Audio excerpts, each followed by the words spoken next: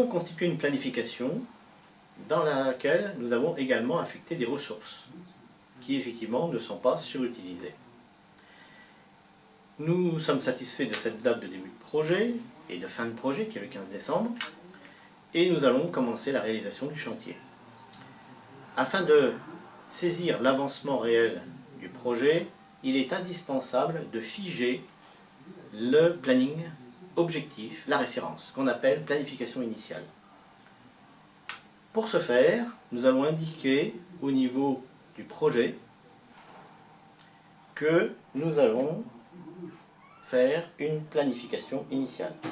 Ceci est traduit par, voilà, définir la planification initiale sur l'ensemble du projet.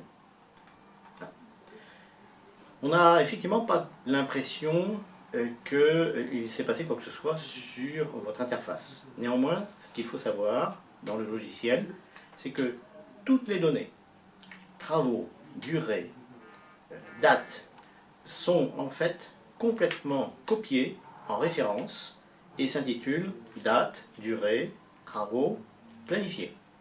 Ainsi, à partir de maintenant, toute information qui sera saisie sera en fait du réel. Il sera envisageable de pouvoir comparer le prévisionnel et le réel. Et bien c'est ce que nous allons faire. Nous allons faire un point de chantier le 10 octobre. Autrement dit, ici, le vendredi 10 octobre. Pour ce faire, il faut indiquer au logiciel que vous faites un point avec votre équipe le 10 octobre. C'est donc une information de projet et vous allez dans information sur le projet lui préciser cette date de chantier. La date de chantier est indiquée par ce qu'on appelle la date d'état. Date d'état, nous sommes donc en octobre et donc nous sommes effectivement le 10 octobre. Et vous voyez apparaître ici un curseur qui correspond à votre journée de point de chantier. Imaginons qu'au niveau de la tâche étude, Dupont a effectivement travaillé dans la semaine, mais que par contre il va prendre du retard.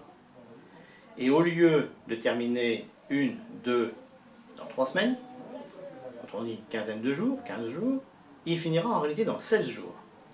Pour pouvoir préciser ceci, nous allons aller sur la tâche étude et indiquer ce niveau d'avancement. C'est un suivi d'avancement de tâches. Nous allons donc aller sur l'onglet tâches.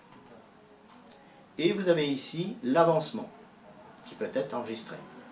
Mettre à jour les tâches.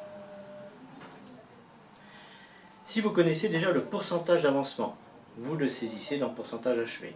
Ici, nous avons dit que nous connaissions la durée réelle qui était de effectivement 5 jours, mais la durée restante est en fait de 16 jours.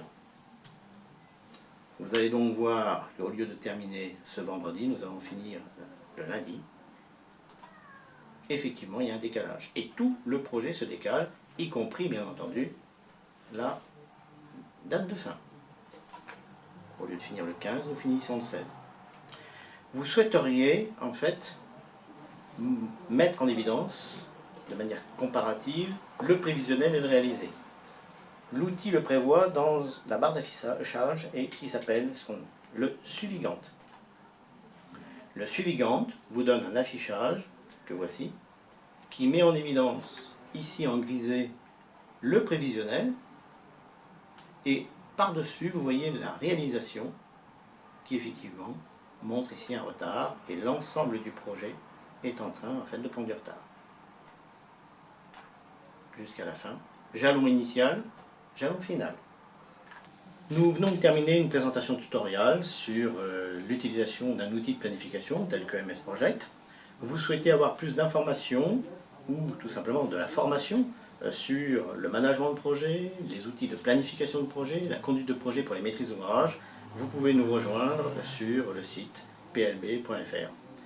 Et merci beaucoup pour votre attention. Voilà.